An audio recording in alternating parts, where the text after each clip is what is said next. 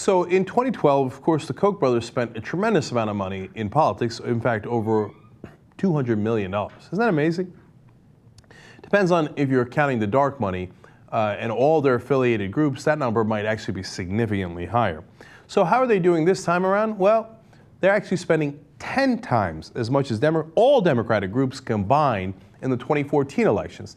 The Democrats actually don't even know what hit them. They're like, Jesus Christ, they started so early. We haven't even had a chance to catch up yet. We haven't had a chance to run a single ad. And these guys have already spent about $30 million, which is unbelievable this early in an election cycle. So now last time in 2012, their plans didn't work out so well. The Democrats kept the Senate and obviously President Obama got reelected. So what did they do afterwards? Well, they recalibrated and they took in a lot of data and they came to new conclusions. And Rick Wilson, a Republican strategist, explains.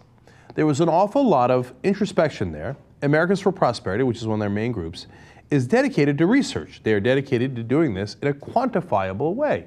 So they did analysis of the research and the data to see what went wrong.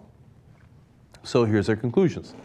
Among the most recognizable changes from 2012 is that Americans for Prosperity is now producing testimonial-style ads and carrying out an elaborate field effort, spending more than $30 million already in at least 8 states with crucial Senate races and in some House districts as well.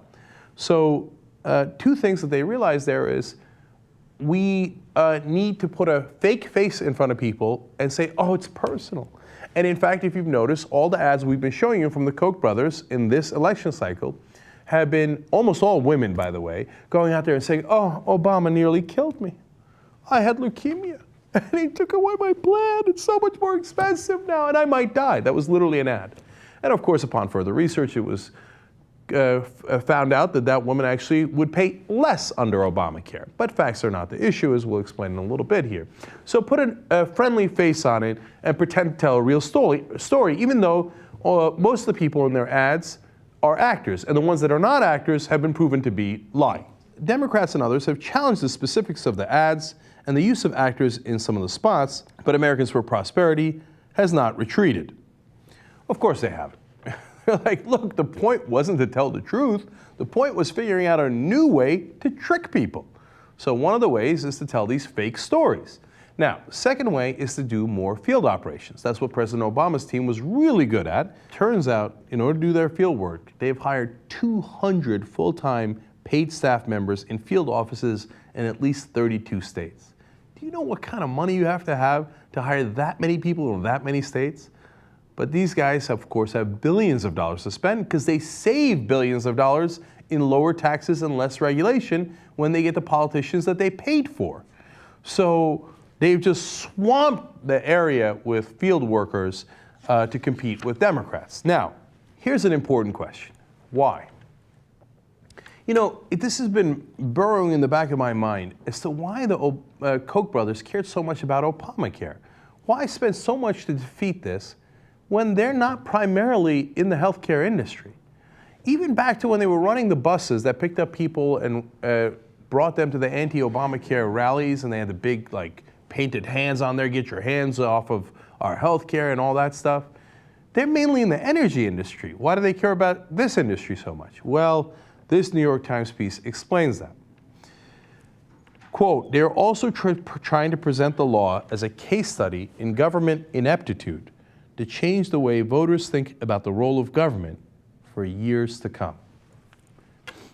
In other words, no, it's not that they care so much about Obamacare. They want to destroy Obamacare so that if this president or any other president proposes a new government plan, for example, to fight climate change, which would affect the energy industry a lot, then they can come back and go, oh, this inept government that brought you Obamacare and that debacle, you're going to trust them to tackle climate change? No, no, no, no, no, no. You see, the government is terrible at everything. So make sure they do not regulate the energy industry. Okay, now that makes sense.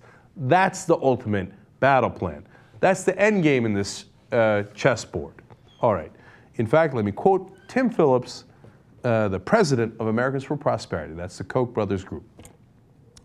We have a broader cautionary tale.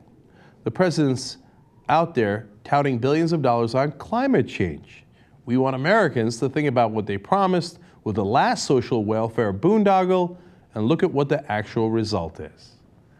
In other words, yes, our plan all along has been to kill Obamacare so he doesn't come anywhere near doing climate change or touching the energy industry, because that's where their bread is buttered. So they will spend as much as they need to, they'll have as many field workers as they need to, and they will run as many misleading ads as they need to make sure that they defeat any government proposal, because the one thing they don't want the government to do is to regulate them.